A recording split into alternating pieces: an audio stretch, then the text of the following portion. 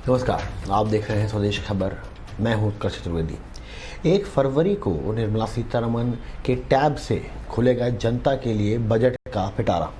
Budget से काफ़ी उम्मीदें हैं, इसलिए इस बजट में क्या हो सकता है, क्या उम्मीदें लगाई जा रही हैं, क्या है अंदर की खबर, इन तमाम मुद्दों पर बातचीत करने के लिए हम लाए हैं एक अलग प्रोग्राम जिसमें सेक्टर वाइज बजट पर चर्चा होगी। और आज का सेगमेंट हमने चुना है प्रोडक्शन लिंक्ड इंसेंटिव स्कीम को, यानी पीएलआई। पिछली बार स्कीम के जरिए कई सेक्टर्स को प्रोत्साहित करने की कोशिश करी गई थी और रिस्पॉन्स भी ज़बरदस्त आया था। लेकिन आगे आने वाले बजट में कैसी हो सकती है पीएलआई की तैयारी, क्या बजट का एलोकेशन बढ़ सकता है उसमें, इस सब के साथ हमारे साथ प्रकाश प्रियदर्शी जोड़ेंगे जो कि एक्सक्लूसिव खबर लेकर आए हैं और हमारे साथ होंगे एक्सपर्ट। तो आज के बजट खबर में चर्चा प्रोडक्शन लिंक्ड इंसेंटिव स्कीम के बजट पर।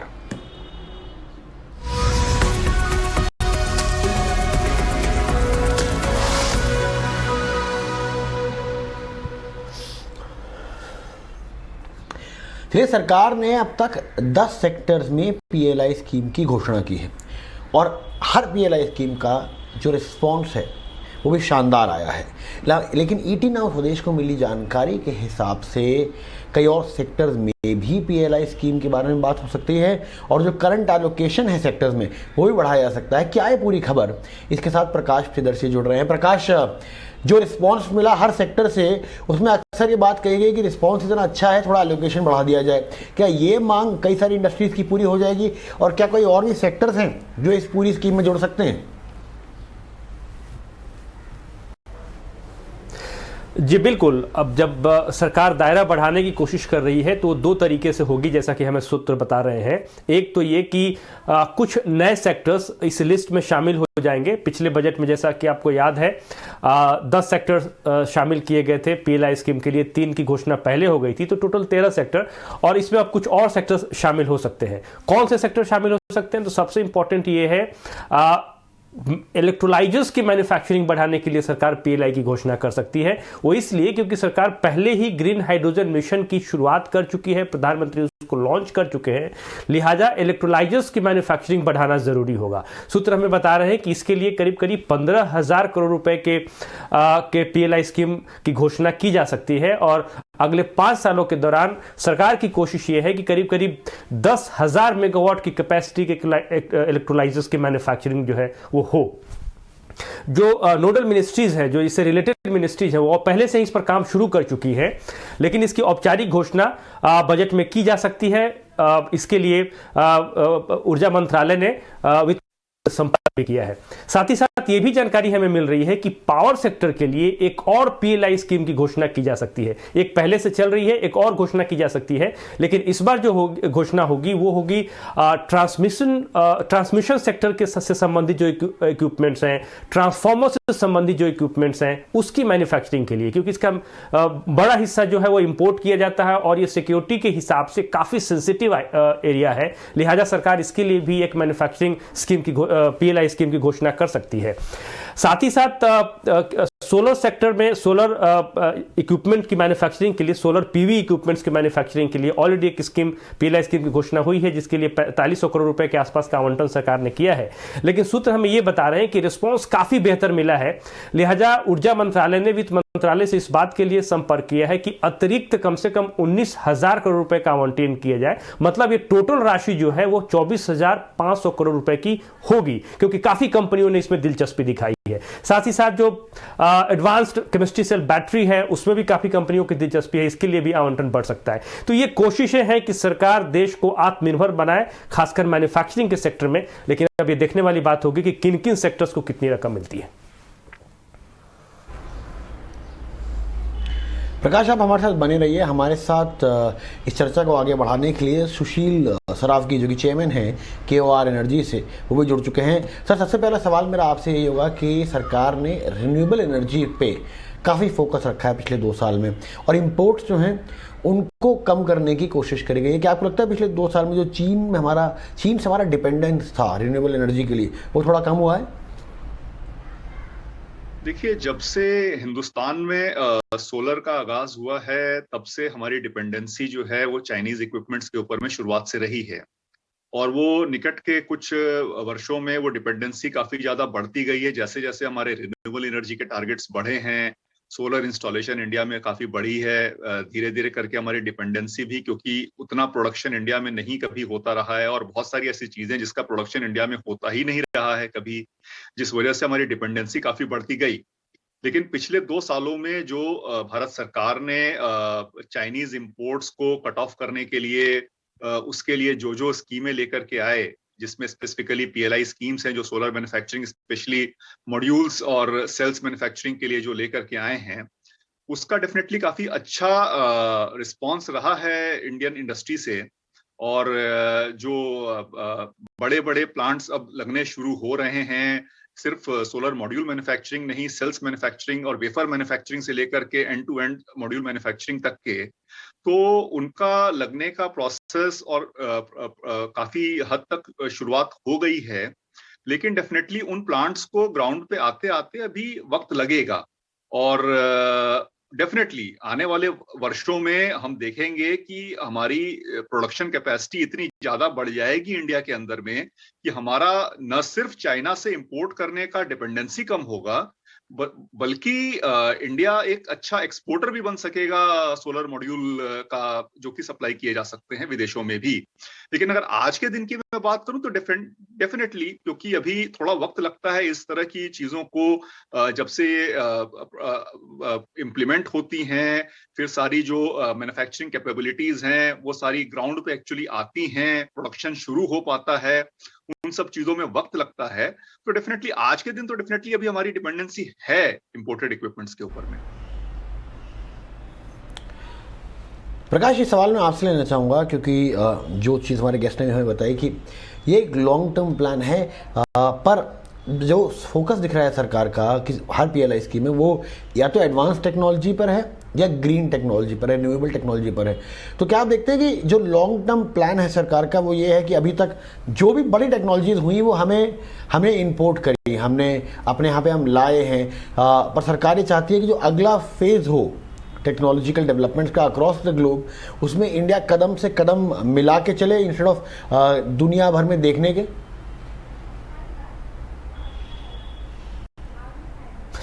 जी बिल्कुल, और मकसद यही है। आपको याद होगा कि पेंडेमिक की शुरुआत के साथ ही सरकार ने आत्मनिर्भर भारत स्कीम की शुरुआत की और उसका सबसे इंपॉर्टेंट कंपोनेंट ही यही है कि जो आइटम्स हम बाहर से इंपोर्ट कर रहे हैं, क्या उसकी मैन्युफैक्चरिंग देश के अंदर नहीं हो सकती है।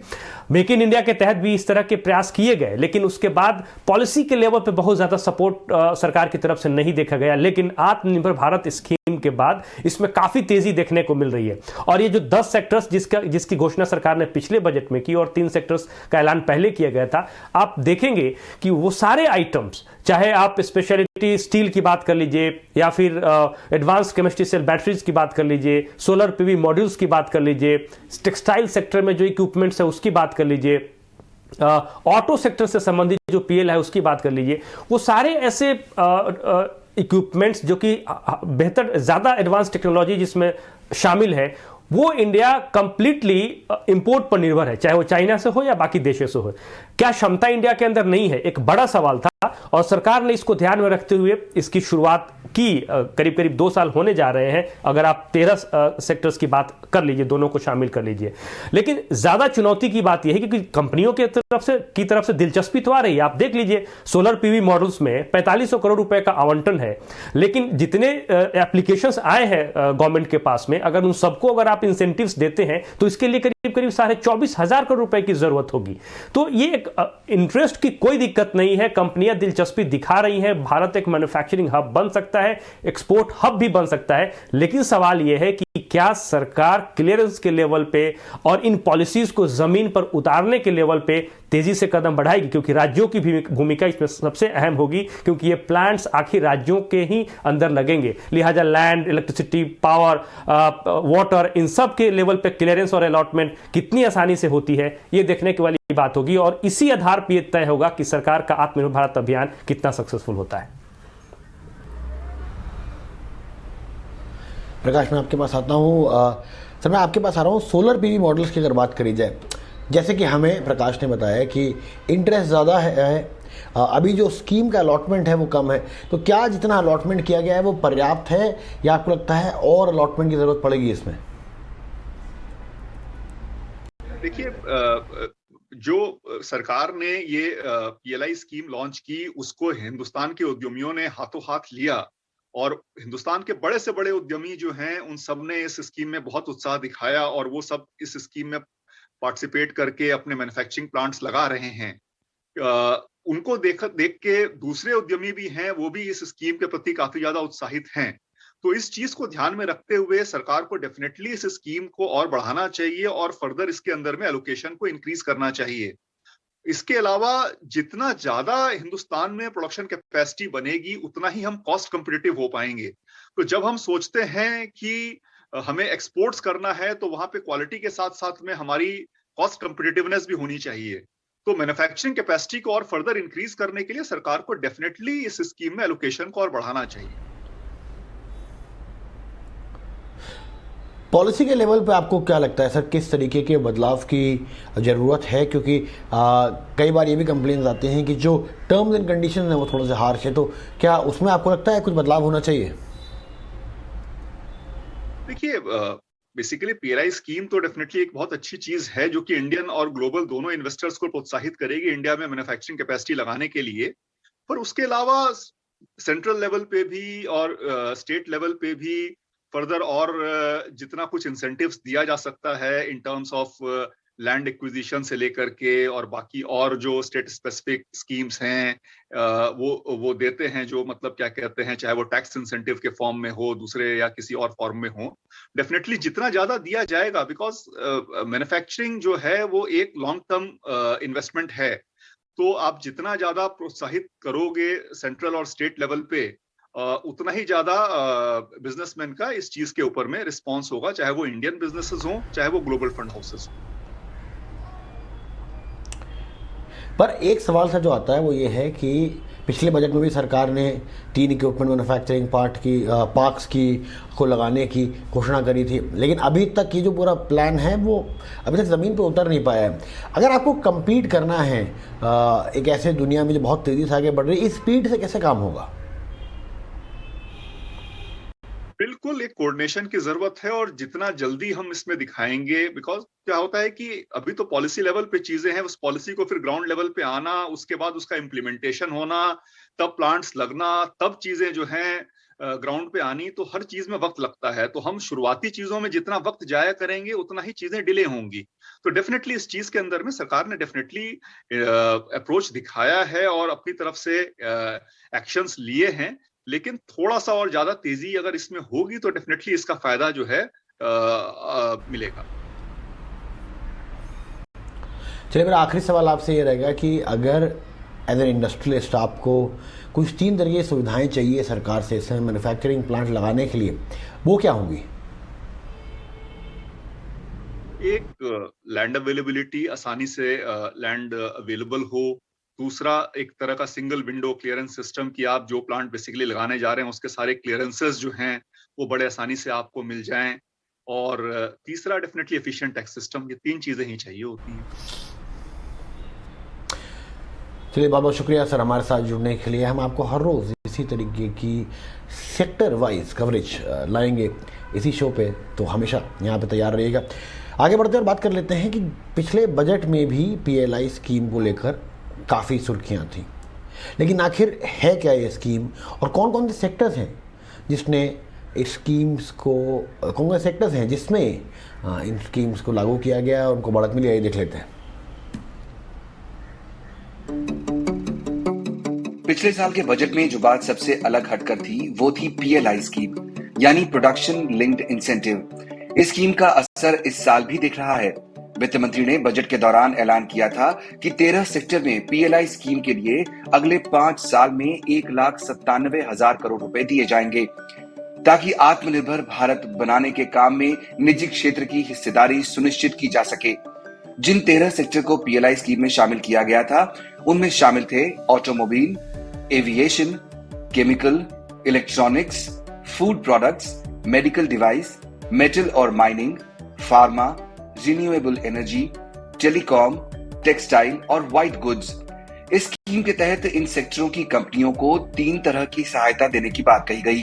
पहला, टैक्स में छूट, दूसरा, एक्सपोर्ट इंपोर्ट ड्यूटी में कंसेशन और आसान से जमीन मुहैया कराना। पीएलआई स्कीम में सबसे ज्यादा सहायता 57,000 करोड़ रुपए से अधिक का प्रावधान ऑटोमोबाइल सेक्टर के लिए किया गया। इससे जाहिर होता है कि मोदी सरकार का ध्यान बड़े पैमाने पर रोजगार पैदा करने और इस सेक्टर में इलेक्ट्रिक और हाइब्रिड व्हीकल को बढ़ावा देने पर है। इस स्कीम में chemical, medical device, pharma, telecom और टेक्सटाइल सेक्टर पर भी फोकस रहा है। बजट में टेक्सटाइल सेक्टर में भी मेगा निवेश करने की बात कही गई। इसके लिए टेक्सटाइल पार्क पर जोर दिया गया। 3 साल के भीतर देश में 7 टेक्सटाइल पार्क स्थापित किए जाने हैं। दरअसल मोदी सरकार देश के घरेलू कपड़ा उद्योग को दुनिया के नक्शे पर कॉम्पिटिटिव बनाना चाहती है। वो इस सेक्टर में बड़ा निवेश आकर्षित करना चाहती है और रोजगार पैदा करने वाले सेक्टर के तौर पर देखती है। ईटी नाउ स्वदेश। चलिए, बजट में एक और सेक्टर को फोकस में रखा जा सकता है। ये सेक्टर है फर्टिलाइज़र सेक्टर। कच्चे माल की कीमत बढ़ने से दबाव झेल रही फर्टिलाइज़र सेक्टर को सरकार बजट में राहत देने के लिए सब्सिडी बढ़ाने का ऐलान कर सकती है। क्या है पूरी खबर, सबके साथ जुड़ रही हैं हमारी सहयोगी पूजा त्रिपाठी। पूजा, बताएं। जी, इसके पीछे सबसे बड़ी वजह यह है कि बजट में एक बड़े ऐलान की संभावना है और इस बार फर्टिलाइजर सब्सिडी जो है वो करीब 900 करोड़ डॉलर का ऐलान संभव हो सकता है। 900 करोड़ डॉलर मतलब करीब 1.4 लाख करोड़ की सब्सिडी अनाउंस हो सकती है। ये काफ़ी बड़ा अमाउंट है, काफ़ी बड़ा आंकड़ा है ये, क्योंकि अगर हम इसको पिछले कुछ सालों से कंपेयर करें तो 2018 में 18-19 के बजट में करीब 17,000 करोड़ के सब्सिडी का अनाउंसमेंट हुआ था। फिर 2019-20 में करीब 80,000 करोड़ का अनाउंसमेंट हुआ था।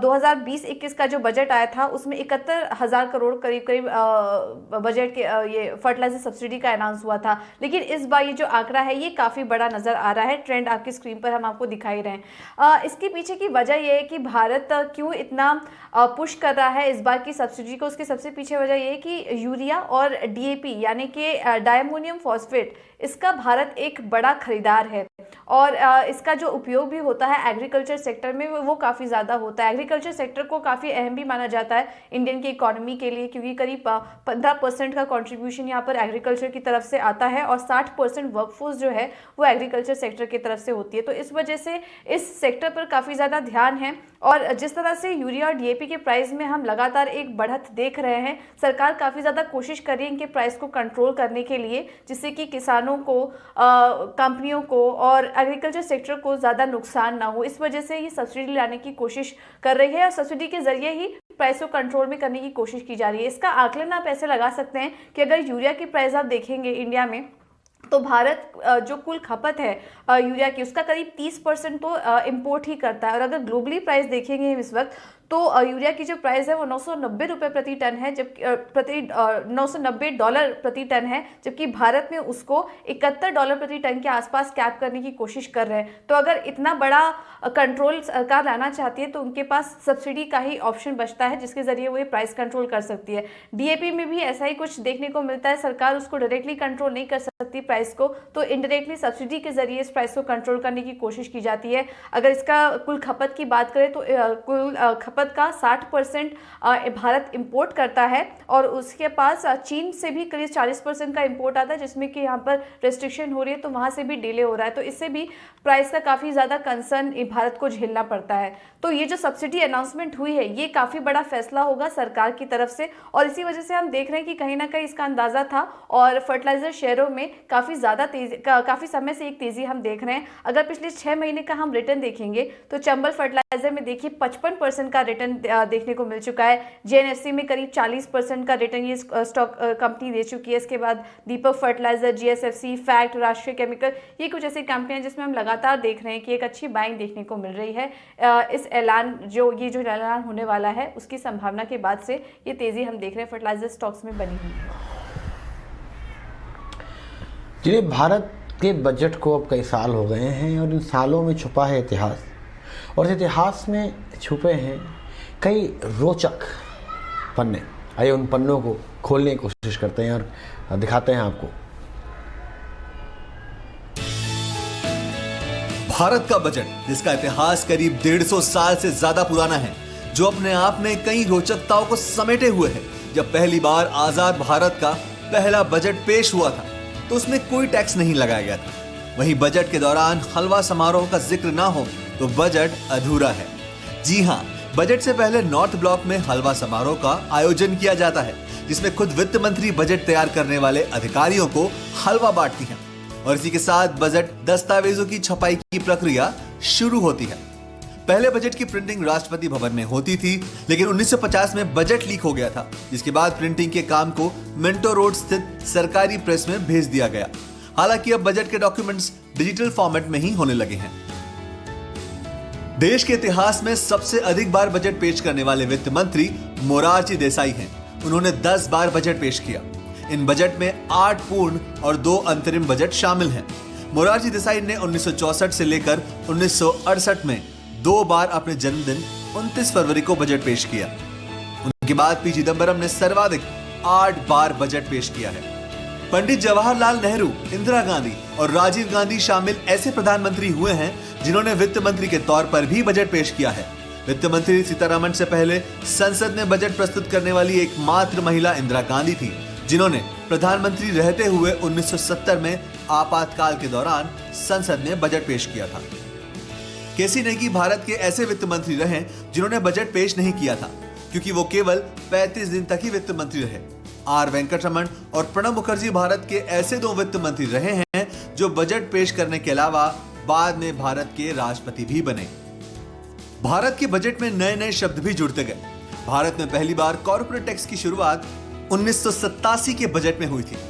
28 फरवरी 2006 को तत्कालीन फाइनेंस मिनिस्टर पी चिदंबरम ने पहली बार बजट में जीएसटी की बात की थी।